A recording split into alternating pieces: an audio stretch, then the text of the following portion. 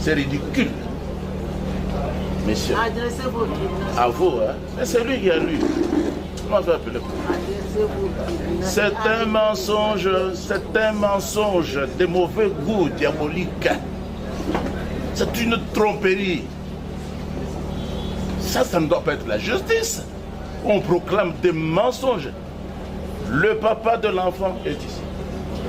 Des mensonges, mais non, mais je vous donne votre version des faits. Mais laissez-moi parler.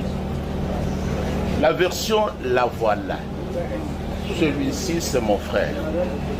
Je n'ai jamais parlé en particulier avec lui pour chercher une femme. J'en ai autant. Moi, je suis en route en voyage missionnaire. C'est lui qui est venu me présenter dans une grande assemblée sa fille. Le 30 décembre 23, sa fille que je n'ai jamais vue, que je n'ai jamais connue. C'est la proclamation des résultats présidentiels. Là, nous sommes maintenant, nous avons dépassé 15 ans, nous sommes à Boma. C'est à partir de cette date que j'ai vu la fille. Aujourd'hui, la fille venait ici. Je ne la connais pas. C'est un mensonge de dire ici qu'elle avait 14 ans. Ça, c'est Satan qui a parlé. Son père est ici. Pourquoi vous moquez des gens comme ça? La fille m'a été présentée comme ayant 18 ans.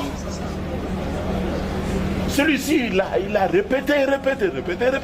Ce jour-là, en fin d'année.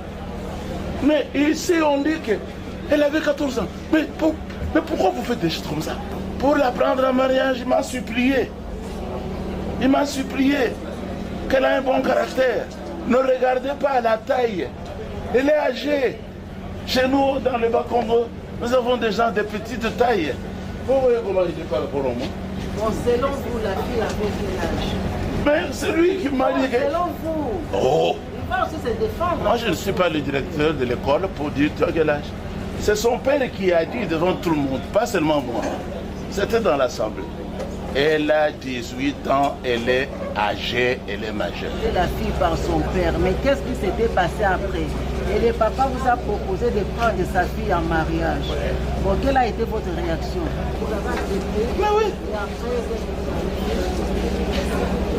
on a fait une cérémonie de mariage à Mwanda. En famille, à l'église? Dans l'église, publiquement. Dans l'église. Ouais. Et en famille, qu'est-ce que vous avez posé comme acte?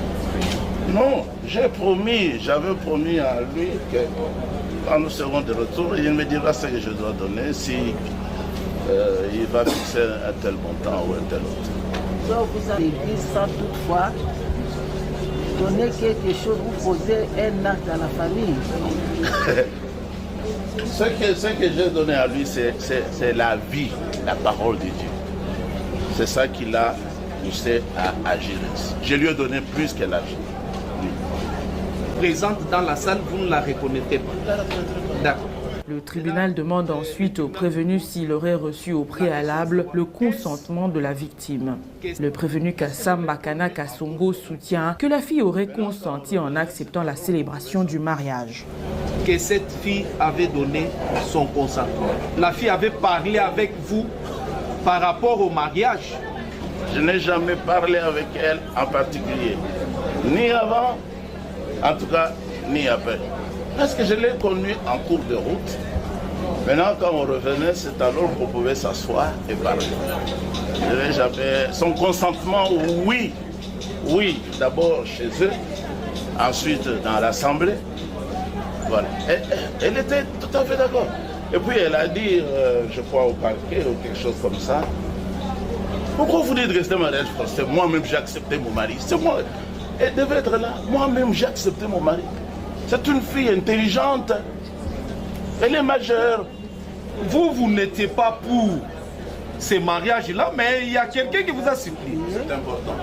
N'existe pas dans les mariages. Plus ça existe chez mon frère. C'est pour ça que j'ai plusieurs femmes.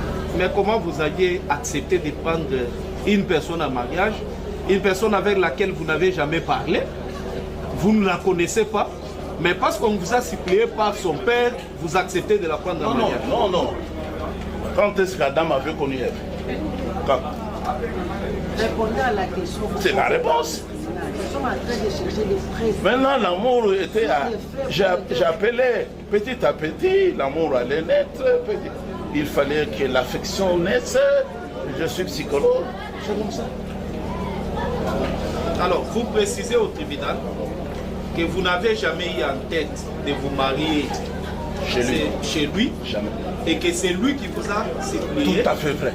Et après ces supplications, vous aviez accepté de vous marier, consenti à vous marier avec cette dernière, avec laquelle vous n'aviez jamais parlé, avec laquelle, même si elle se retrouvait dans la salle, vous ne la connaîtrez pas. Mais pourquoi? C'est ça la vérité. Pourquoi vous ne la reconnaîtrez pas? Parce que la rue et l'État congolais